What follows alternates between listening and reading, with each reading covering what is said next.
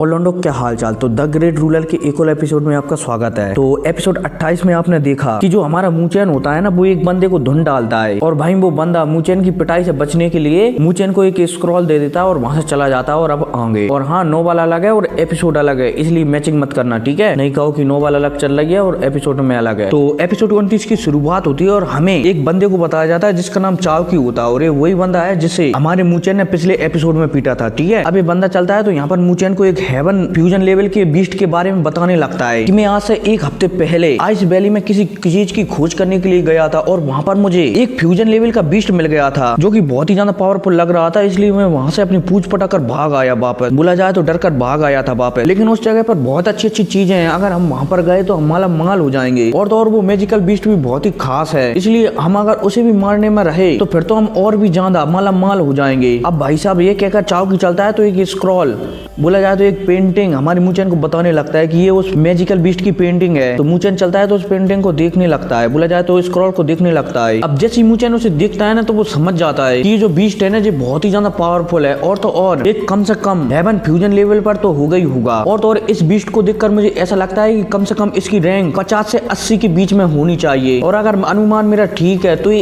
एक ice dragon होना चाहिए जिसकी रैंक 73 है। अब यहाँ पर मुचैन चलता है तो थोड़ी बहुत और जानकारी इन सभी लोगों को दे देता है कि ये बीस्ट ऐसा ऐसा है। इसके बाद मुचैन चलता है तो अपनी सोल सी के अंदर आ जाता है। अब जैसे ही हमारा मुचैन सोल सी के अंदर आता है ना तो यहाँ पर जो चलती है तो मुचैन से कहने लगती है कि तुमने एकदम सही अनुमान लगाया है, जो तुम मतलब कि जिस बीस्ट की तुम बात कर रहे हो वो सच में एक स्पिरिट बीस्ट ही होना चाहिए। और तो और अगर तुम उसका सोल एसेंस निकल लेते हो, बोला जाए तो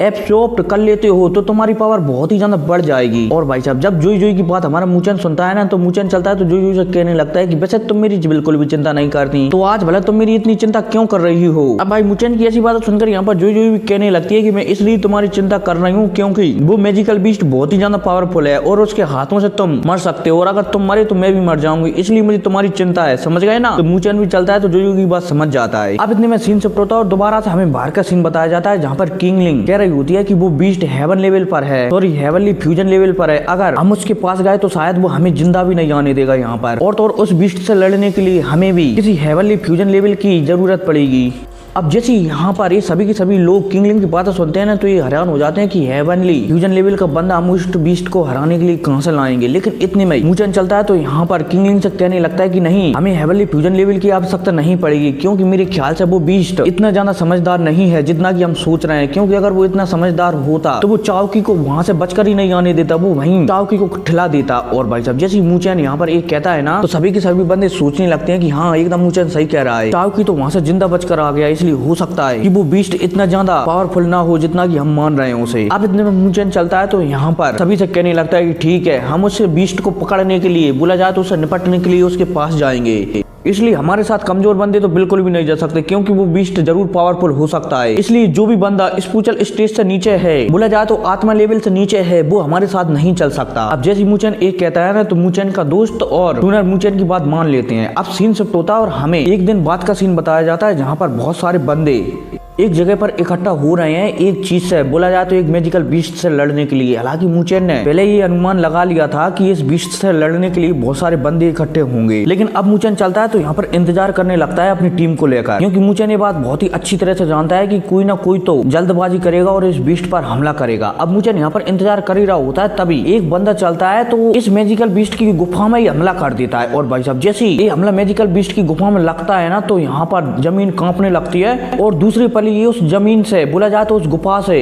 एक बहुत बड़ा स्नेक ड्रैगन बाहर निकल आता है जिसके 4 पंख होते हैं। अब जैसे ये ड्रैगन बाहर निकल कर आता है तो ये बहुत ही गुस्से में होता है और ये चारों तरफ जितने भी यहाँ पर स्टूडेंट थे ना सभी के ऊपर हमला करने लगता है बर्फ के क्रिस्टलों से। अब इन स्टूडेंटों में से कुछ बंदे तो यहाँ से भागने लगते हैं, कुछ बंदे चलते हैं तो वो साथ में अटैक बनाकर इस स्नेक के ऊपर कर देते हैं, लेकिन ये स्नेक चलता है तो ये भी इन अटैकों के ऊपर अपना काउंटर अटैक कर देता है। और भाई साहब जैसे हमले आपस में जिनकी टकराते थे ना तो एक धमाका होता है बड़ा और चारों तरफ शक्तियां फैल जाती थी। अब ऐसा कैसा चलता रहता है, यहाँ पर बहुत सारे स्टूडेंट मर कर गायब होते रहते हैं और बहुत सारे स्टूडेंट नए आते रहते हैं और वो इस स्नेक पर लगातार हमला करते रहते हैं। अब ऐसे यहाँ पर थोड़ी देर तक चलता रहता है और हमें मुचैन को बताया जाता है जो कि इन सभी की फाइट खड़ा होकर देख रहा होता है। अब इसमें मुचैन चलता है तो उसे कुछ महसूस होता है और महसूस होते ही मुचैन चलता है तो जमीन से हाथ लगाकर चेक करने लगता है कि आखिर क्या हो रहा है। हमारा मुचैन जैसी जमीन से हाथ लगाता है तो उसे महसूस होता है कि जमीन धीरे धीरे गर्म होती जा रही है हमारा मूचेन एक ही पल में समझ जाता है कि शायद इस जमीन के अंदर भी कोई मैजिकल बीस्ट है। अब मूचेन यहाँ पर ये समझता ही है, तभी जमीन से बहुत ही तेज मात्रा में लावा निकलने लगता है और चारों तरफ फैलने लगता है। और भाई साहब इतने में फिर हमें एक और मैजिकल बीस्ट को बताया जाता है जो कि छिपकली जैसा लग रहा होता है। और तो और ये मैजिकल बीस्ट